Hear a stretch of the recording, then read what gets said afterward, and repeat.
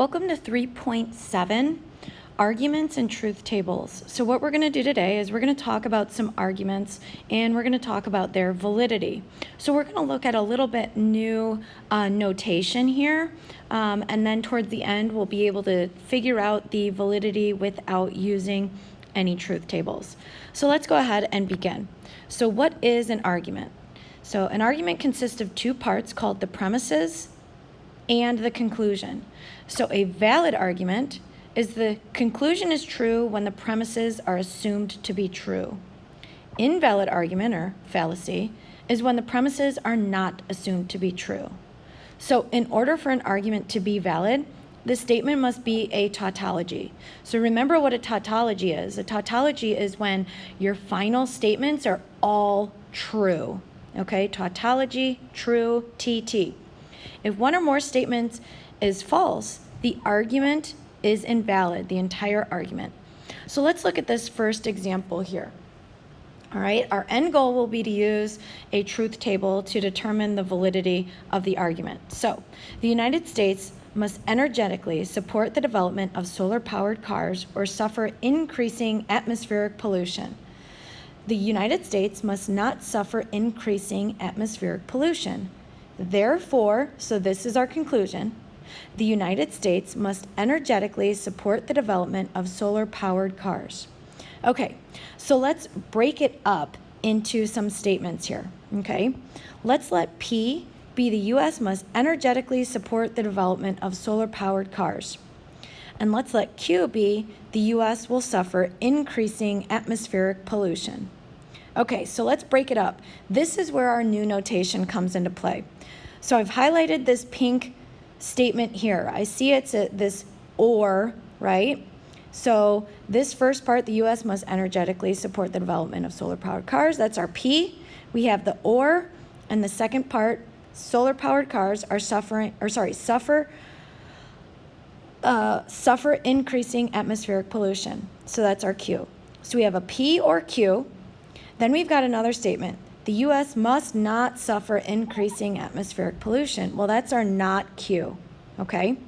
So we kind of break it up into vertical lines or vertical rows, right? So we have P or Q, then we have not Q, and this therefore tells us to draw almost like an equal sign. And those three dots represent therefore. The U.S. must energetically support the development of solar-powered cars. So that's this right here. Therefore, P. Okay, so what does this look like symbolically? Okay, let's take a look there. So our typical notation that we're used to. So all we're going to do is we're going to take this statement, P or Q, okay? And since these two guys are above the line, there's an and that separates them. So it's P or Q and not Q. And those are grouped together. And then this therefore, that's going to tell us implies P. So there's our new notation. So now what we want to do is create a truth table to determine the validity. Okay? So what I want you to do is I want you to fill out the rows across. Okay, remember, we're going to need a not Q column. We'll need a P or Q column. We'll need a P or Q and not Q column.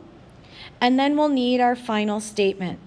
So go ahead, fill out the rows, the first row, and then check back.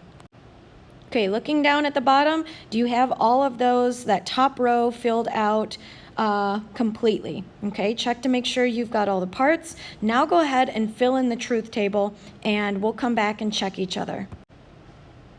Okay, did you get what I got? If you take a look at this last column here, I got all true. Did you get all true for that? So what does this mean? Is it a valid argument? Remember, in order for it to be a valid argument, it must be a tautology, meaning the last column must be all true. So therefore, I take a look and I see, yes, we have ourselves a tautology. Okay? So we can go ahead and mark that. We've got ourselves a tautology. All right, they're all true. Therefore, we have ourselves a valid argument. Okay? Okay, now we're going to look at some standard forms of arguments. So there's all different forms here that are valid arguments. We've got direct reasoning, P implies Q, and P, therefore Q. P implies Q, and not Q implies not P, okay? Or therefore not P. That's a contrapositive reasoning. We've got disjunctive reasoning. We've got transitive reasoning. And then we've got some invalid arguments. So fallacy of the converse, fallacy of the inverse, misuse of disjunctive reasoning, and misuse of transitive reasoning. You do not have to memorize this chart. If it shows up or when it shows up on quizzes or tests, this table will be given to you, okay? So you don't need to memorize the table, but you need to be able to interpret which argument type you are using, okay? So let's go ahead and look at this first example. All right, so we are now going to use the table above, all right? But we're not going to use truth tables, all right? So we have to be able to identify what kind of argument we're looking at. So this first example, the emergence of democracy as a cause for hope or environmental problems will overshadow any promise of a bright future. Because environmental problems will overshadow any promise of a bright future, it follows, that's like our therefore, it follows that the emergence of democracy is not a cause for hope. Okay, so my first statement here, the emergence of democracy is a cause for hope, or environmental problems will overshadow any promise of a bright future. If P is the emergence of democracy as a cause for hope, and environmental problems will overshadow any promise of a bright future, that pink is our P or Q. Okay? Then if I look at this green highlighted, because environmental problems will overshadow any promise of a bright future, that's our Q. It follows, that's our conclusion, so I have our therefore and our 3 dots. It follows that the emergence of democracy is not a cause for hope, so that's our not P. So if we take a look at our symbolic form here, and we look at our table up above, okay, it's looking like a disjunctive reasoning of some sort because it's got this or symbol. So if we're looking here, and I'm looking and I'm looking, it looks just like this guy right here, okay? So that is a misuse of the disjunctive reasoning. Therefore, our conclusion is this is an invalid argument, all right? So again, you don't have to memorize the table, but you need to be able to identify what kind of argument this is. Okay, I want you to take a look at this next example. If evidence of the defendant's DNA is found at the crime scene, we can connect him with the crime. If we can connect him to the crime, we can have him stand trial. Therefore, if the defendant's DNA is found at the crime scene, we can have him stand trial.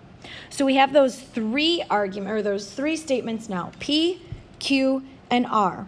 Go ahead, copy those down. What I want you to do is I want you to create a symbolic argument, okay, using the P, Q, and R, and I want you to identify what kind of argument it is and whether or not it is valid.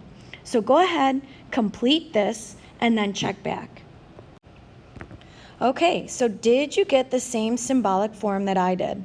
So that pink highlighted is if P, then Q. Then the green highlighted is if Q, then R. Therefore, it is found, right? Then if P, then R. So what we have here, if we're looking at our table, we have ourselves the transitive reasoning here. Okay, it looks like this. So therefore, is this a valid argument? You bet. It is part of the valid argument portion of our table, so we are good to go. If you have questions, make sure you ask in class.